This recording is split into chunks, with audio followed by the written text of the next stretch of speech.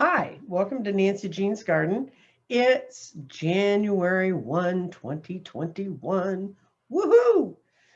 Um, I'm going to talk today about something that I like to talk to clients about. I like to talk to people when I read cards about because in numerology, there's like your life path and your soul's path and all those things where you do all the things with the letters of the alphabet and all that deal. But there's also something that we all have. We go through 9 year cycles of personal years. And to figure out what personal year you're in, there's actually two methods. And the one I'm going to work with is you go from birthday to birthday, and whatever your birth date is on that date, like my birthday was May 2nd, 2020.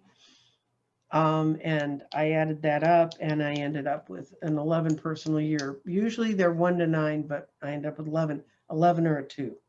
So what you do is you take your birthday, then you take whatever that month is. So, January is 1, February is 2. That's that part. And then you add the year that you're in. And I think it's easiest to go from birthday to birthday. There are people who say you should change at the calendar year. So you have one number until December 31st, and then you have another number beyond that. That to me, it's a little confusing. When I was first introduced to personal year numbers, and I'm going to tell you that story, um, I it was that's how the woman that taught me calculated. So I do birthday to birthday. So when my birthday's in May, I add all those numbers up, and then that's my next year. Right now, and how did I learn about personal numbers? I didn't know anything about them, but I was studying astrology at the time with a very nice lady named Helen. And um, I told her I was going to go ahead and buy a condo.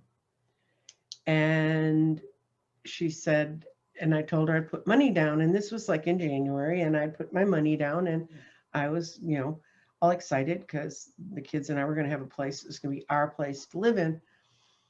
And I was camping out with a friend at the time until I could, because I'd lost the house I was renting suddenly when one of the roommates moved out and we couldn't afford it. Those things you do in your early 30s and you survive them somehow. Um, so I told her, and she said, "Oh, no, no, no, no, no, no, no. You should no." She said, "No, no, no. You cannot buy that condo right now." And I said, "Why?" And she said, "Well, you're in a 9 year." And I went, "Okay."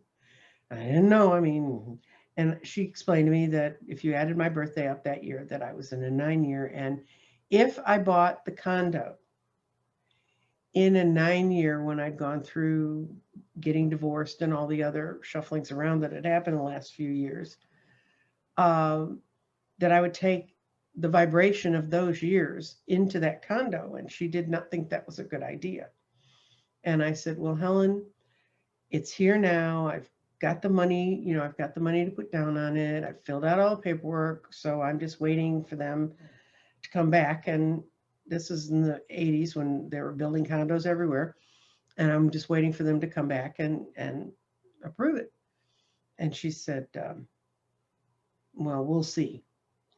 So I put the money in January, and then it got to be February, and they kept coming back and asking all kinds of questions. Of course, I was a divorced mother with 2 kids, and I did have a very good paying job, but I was a divorced mother with 2 kids. And if you're a woman in the 80s and you were divorced, you understand that statement. So I was like, okay. Then it got to be March,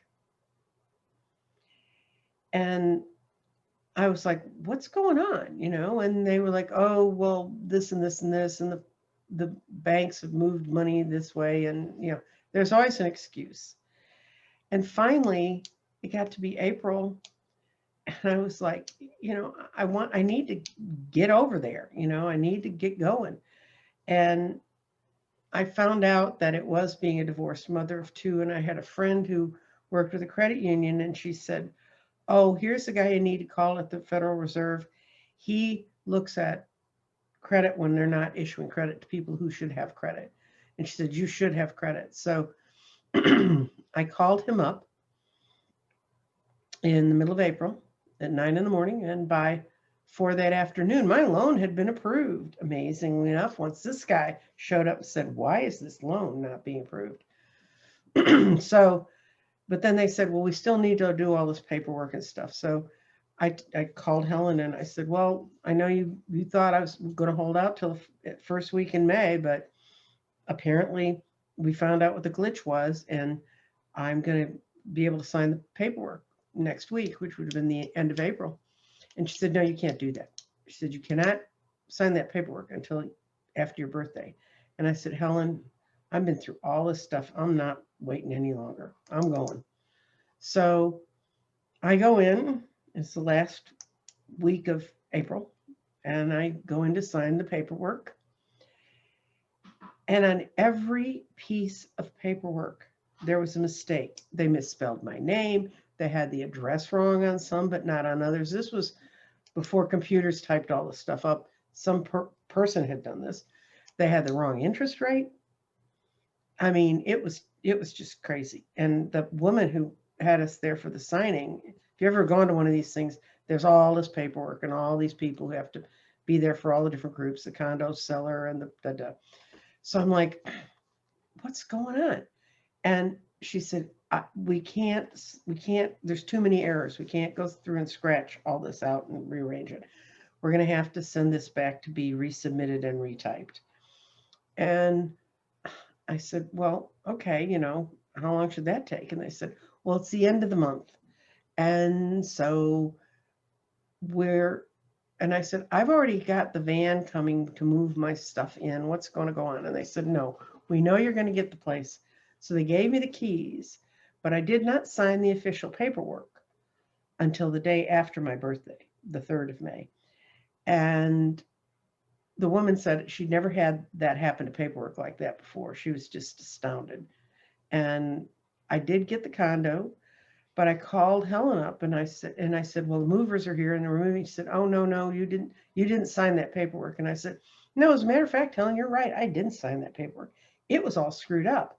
I'm going to be able to go back and sign it. And she said, what day are you signing? I said, the day after my birthday. And she said, oh, thank God. And my realtor knew that I've been having this discussion with my astrologer friend.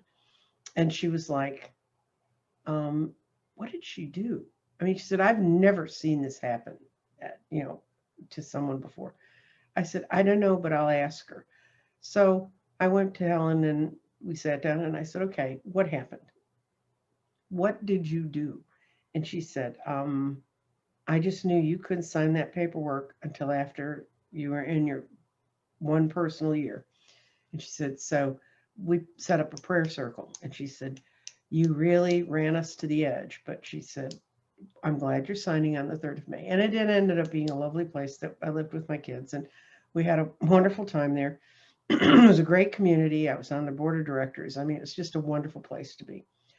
But that was when, and I said, okay, tell me how you figure all this stuff out. So she explained to me what I've already explained to you. You take your birth, the day of your birth, you take the numerical equivalent of the month, the 1 through the 12, and then you add up the year that you're in. So I am in a 2-year, but it's actually, because of the way the numbers come out, it worked out to be an 11. And I'll explain that to you right now. There are places you can go if you really don't know how to run a calculator.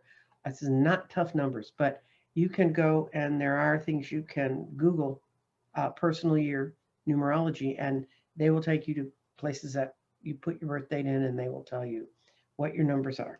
And that's kind of fun if you want to look back on years and say, that year was a real stinker. What year was I in? Anyway, the way the numbers work is when you're in a 1 year, the first one, that's new beginnings. And that's what Helen was trying to make sure I had, whether I liked it or not. 2, when you're in a 2-year, that's a developmental year. It's a year when you cooperate. It's kind of like how numbers work if you, in general in numerology, but a 2-year is development, cooperation, and some things are coming up, but you'd be waiting for them to happen. They're not happening. 3 is a creative, successes, and social expansion. That's what you're going to find in your 3 years. In 4 years, you build a base. from what's happened in 1, 2, and 3. And 4 years can also be very challenging years. I lost my husband and my mother in a 4 year, so I'm not terribly fond of 4 years. But it really is a time when you build a base with what you've built up in 1, 2, and 3. Then a 5 year is freedom or chaos. And since I don't discuss politics, I won't discuss it. But there's a certain politician who has 5s all over his chart, and I think they played the chaos. But if you've done your work right in 1 through 4, you have the freedom to move and to take those things and to move them forward and to get going. If you haven't, then you fall into chaos. And that's number 5. Number 6 is hearth and home. It's when you've worked on all the stuff, you've gotten through that year where you kind of, the 5 year where you put elements together, and then you it's like the year that you really buy the pieces of furniture or paint the walls, or you deal with people close to you, and you also tend to take care of others. Because a lot of times people find out that was the year that they got involved with whatever charity has become a calling in their life. 7 years are analysis and understanding. And people who have a lot of 7s in their numerology are very analytical people, but they're also very spiritual people. 7 is a very spiritual number. And it can really, that's how that year can fall out for you. 8 is money and power. And it's a time when you can regain balance if you've been too much in your head, or you haven't worked out all the things. That's the year when your money and power, if you're moving along with your energy the way you should be, that'll be your money power year. 9 is reflection. It's a time when people reach out. It's also a time when people ditch a lot of stuff, when they say, okay, enough of that part of my life. I'm moving on to something completely different. And then the other, it's a clearing out time. It's like it's the end of the cycle, and you kind of feel it. And I've had people when they say, yeah, I don't know what's going on, but like I'm really looking for a new job. I got da. And then I'll go, okay, what's your birthday? And then we'll figure it out. And they're in a 9 year. I had a friend who did a 9 year in like 2 months. He cut off his ponytail. He fell in love with a woman who had a child, which he swore he would never do. It's completely against the thing.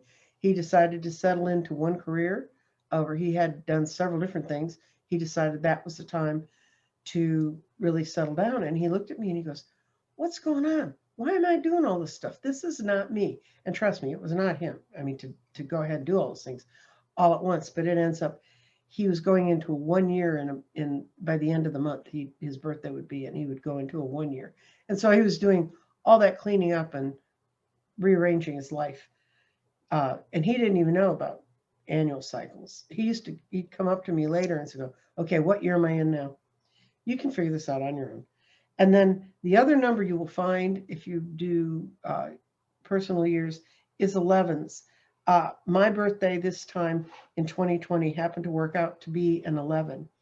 An 11, a 2 year, is development, cooperation, and kind of waiting but getting some stuff together. If your year works out to be an 11, it's a spiritual growth. It's like 2 on steroids.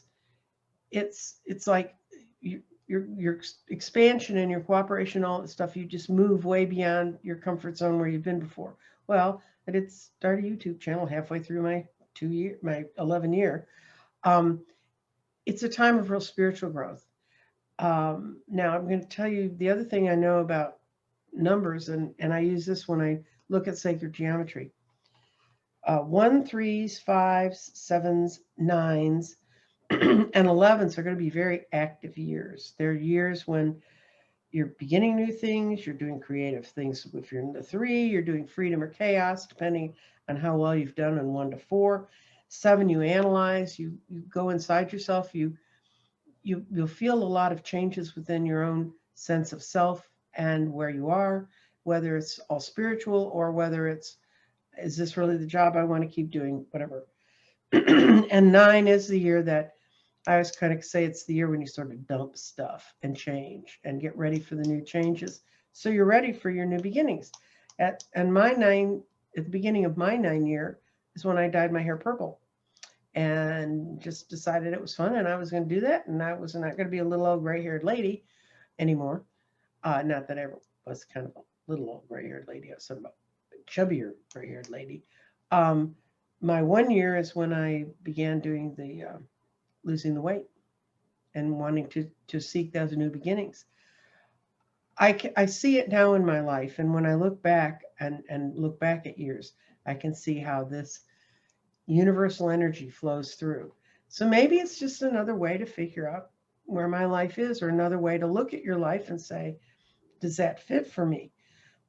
Anyway, that's called personal number year. It's part of numerology.